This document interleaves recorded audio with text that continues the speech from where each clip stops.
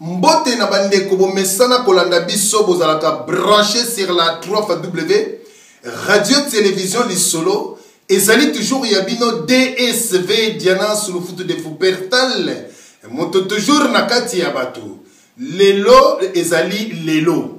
2016 ndenge na yebisa kibino ke buzoba tokolemba buzoba na kati ya 2016 mais na kati ya buzoba na 2016 ekopesa biso pe mayele na 2015 esika otomonaki bokechu oyo akendaki kokunda monsieur Etienne Tshisekedi politiquement pe mokili mobimba esepelaki na politique na politique oyo initiative o bokechu premier azwaki pona kokunda monsieur Etienne Tshisekedi politiquement bato basepelaki Serkei Mataki na mboka ya Belgique bato nyonso basepelaki po politique ya monsieur Etienne Tshisekedi to baye yango to lembi yango depuis à l'époque ya Mobutu jusqu'à présent na ba promesse ya lukuta na makambu na bango peuple baye bango oui to betaki maboko libanga lizwi chaku ndeko kosekate mwana kosekate likambu lizwi muninga yo ndeko kosekate esika oyo Etienne Tshisekedi bakena ko kundaye bato nyonso to basepelaki po politique neza mabe mais lelo pe tondima yango biso ba peuple congolais tozala reconnaissant tondima yango et que politique pe ya monsieur Honoré Ngwanda toloba politique ya monsieur Honoré Ngwanda ezape mabe monsieur Honoré Ngwanda ba déclaration na YouTube to lembi azalaka journaliste te mais monsieur Honoré Ngwanda ba déclaration ko akize kaka batu ko pesa ba faux ba révélation amener division na kati na diaspora musala kaka ko citer oyo kolabo oyo aliaki mbongo oyo boye mais monsieur Honoré Ngwanda yo fandaka na ndako na yo ndenge nino zwaka ba biloko wana ya loputa alors batu bandimaki yo liboso ba ko comprendre que non oza vraiment menteur batu bandimaki yo ba comprendre lokuta na yo alors na lokuta na yo na ba 5e colonne na biloko ebele batu ba comprendre lelo pende kona biso volcan amoni politique na yo ezali ya mabe azwi initiative ke asombela yo Serkei pe bakende kokunda yo politiquement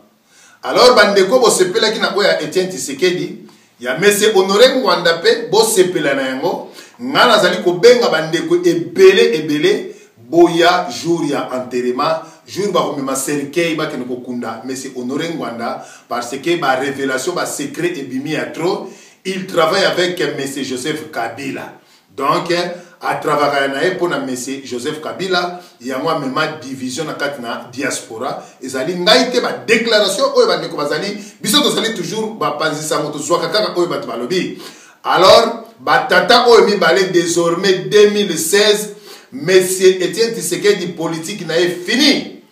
M. Honoré Ngwanda politique n'a fini. Tobo sana Batata Oemi Balé. Ce qui te tient batato mibale na kati ya mitema na biso na kati ya résistance bande ko tokozwa solution te Etienne Tshisekedi a promettre batu ya lembi monsieur Honoré Ngwanda pesi ba révélation to lembi to komi na temps oyo peuple congolais yemoko à sa prendre en charge alors biso ba papa oyo to kokisi ba 50 ans matakuna na ba oyo bazana se to sangana to zala liboke moko to longwa na division ya batata oyo ba komema ba congolais na kati ya division na kati ya tribalisme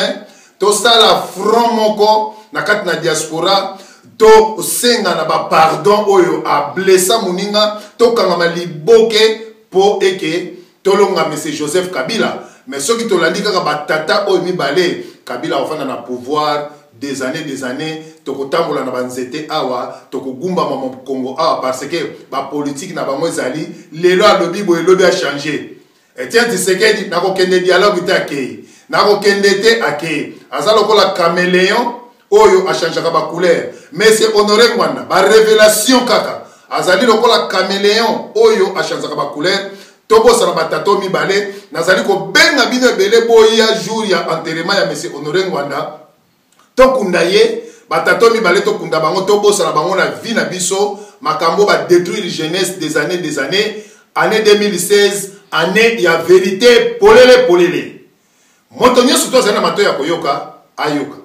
O azali motema ya kobomba abomba. Ezalaki toujours ya bino DSV Diana sur le foot de vous pertale moto toujours na kati ya bato mpeli kambu na moto te nazalaka ya moto te me nazalaka pona peuple ndenge Elisera lobaka mwana kolo lopango DSV asalelaka nde peuple na ye tokokufa pona peuple me tokokufa pona sima ya leader moko te po bato babinelaka ba leader bato basalaka ba kill sa personnalité ya monsieur Honoré Ngwanda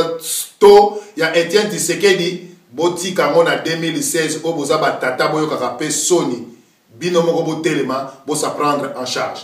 natiki bino bye bye 2016 oye vérité polele polele.